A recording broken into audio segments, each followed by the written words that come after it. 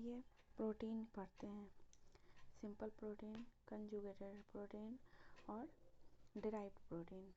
Simple protein जो है ना वो सीरम एल्बुमिन सिर्फ अमाइनो एसिड में ही पाया जाता है और unit and join the peptide bond से ये ज्वाइंट होता है। सिंपल प्रोटीन का एग्जाम्पल क्या क्या है? सिंपल प्रोटीन का एग्जाम्पल है serum albumin, globulin, collagen, legumin etc। Albumin क्या होता है? एग विथ सेल के साथ होगा ना, उजले वाले भाग को हम एल्बुमिन कहेंगे और पीले वाले भाग को हम योक कहते हैं। और ग्लोबुलिन किसको कहते हैं? एल्बुमिन प्रोटीन का जो मॉलिक्यूल होता है ना उसको ग्लोबुलिन कहते हैं। कोलिजन जो है ना, कोलिजन जो होता है ना हमारे बॉडी के जो स्किन लूज हो जाते हैं ना उस टिश्यू को रिपेयर करता है कोलिजन। मोस्टली ह्यूमन बॉडी में ये एविडेंट प्रोटीन होता है ह्यूमन बॉडी का। और फाउंड कहाँ होता है ये? बोन में, मसल में, स्किन में और टेंडन में। और सब्सटेंस कोलिजन का काम क्या है?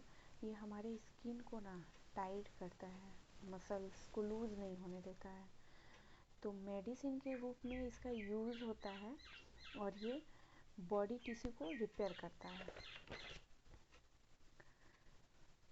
और कंजुगेटेड प्रोटीन, कंट्रास्ट होता है कंजुगेटेड प्रोटीन सिंपल प्रोटीन के साथ और कंबाइंड होता है नन प्रोटीन के साथ। और कंपोनेंट क्या देता है? प्रोस्थेटिक ग्रुप को देता है और कोफैक्टर को। सिंपल प्रोटीन अगर नन प्रोटीन के साथ होगा तो वो देगा प्रोस्थेटिक ग्रुप। कंजुगेटेड प्रोटीन जो होगा प्रोस्थेटिक ग्रुप के साथ होगा तो एपोप्रोटीन देगा। और एपोप्रोटीन जो होगा प्रोस्थेटिक ग्रुप के साथ तो होलो प्रोटीन दे देगा। प्रोस्थेटिक ग्रुप को नेचुरली क्लासिफाइड करते हैं हम, तो ये ग्लाइकोप्रोटीन, फाइब्रोनेटिक और कैडरीन को देता है। लियोप्रोटीन क्लाइमोमाइक्रोन हाई डेंसिटी ऑफ लियोप्रोटीन होता है जिसको हम HDL भी कहते हैं। मेटालोप्रोटीन फेरिटीन आयरन अल्कोहल डिहाइड्रोजनेट होता है जिंक में। और साइटोक्रोम ऑक्सीडाइज होता है कॉपर और आयरन में। नाइट्रोजिनस होता है मोलिब्डेनम और आयरन में। हेमोप्रोटीन जो होता है हेमोग्लोबिन कहाँ होता है? ट्रांसपोर्ट करता है ऑक्सीजन को ब्लड में। और मायोग्लोबिन जो होता है स्टोर होता है ऑक्सीजन कहाँ? मसल में। साइटोक्रोम जो होता है C invent electron transport chain. Cytochrome P450 hydroxylation होता है और जेनोबायोटिक में। Catalase degradation of hydrogen peroxide. Glycoprotein जो है ना कंटेन करेगा कार्बोहाइड्रेट कंपोनेंट को। लियोप्रोटीन कंटेन करेगा लिपिड मॉलिक्यूल को। मेटालोप्रोटीन कंटेन करता है मेटल आयन को। फॉस्फेट प्रोटीन कंटेन करता है फॉस्फेट ग्रुप को। और होमोप्रोटीन कंटेन करता है होमो ग्रुप को।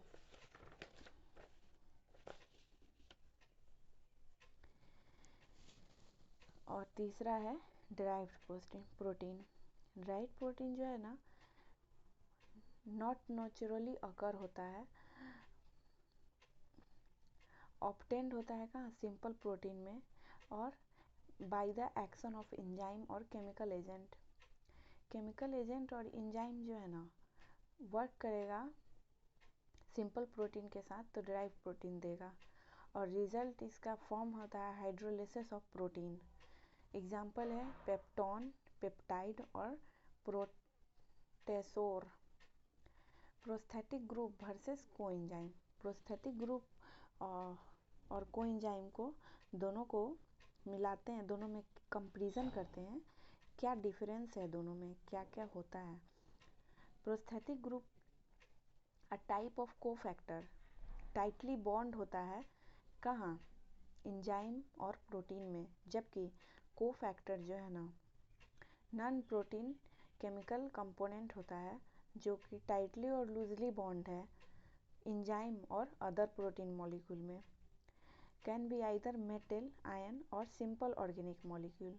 प्रोस्थेटिक ग्रुप मेटल आयन भी हो सकता है या फिर स्मॉल ऑर्गेनिक मॉलिक्यूल भी हो सकता है, जबकि कोएंजाइम जो है सिर्फ सिंपल ऑर्गेनिक मॉलिक्यूल है। प्रोस्थेटिक ग्रुप का क्या क्या एग्जाम्पल है, COMG, CUFE and organic molecule such as biotic and FAD, जबकि कोएंजाइम का एग्जाम्पल है coenzyme A, biotin, folic acid, vitamin B12 और ETC।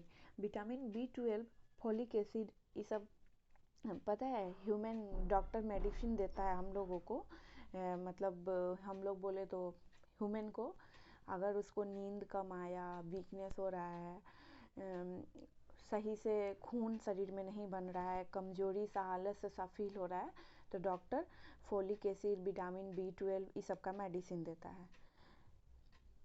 यही है प्रोटीन।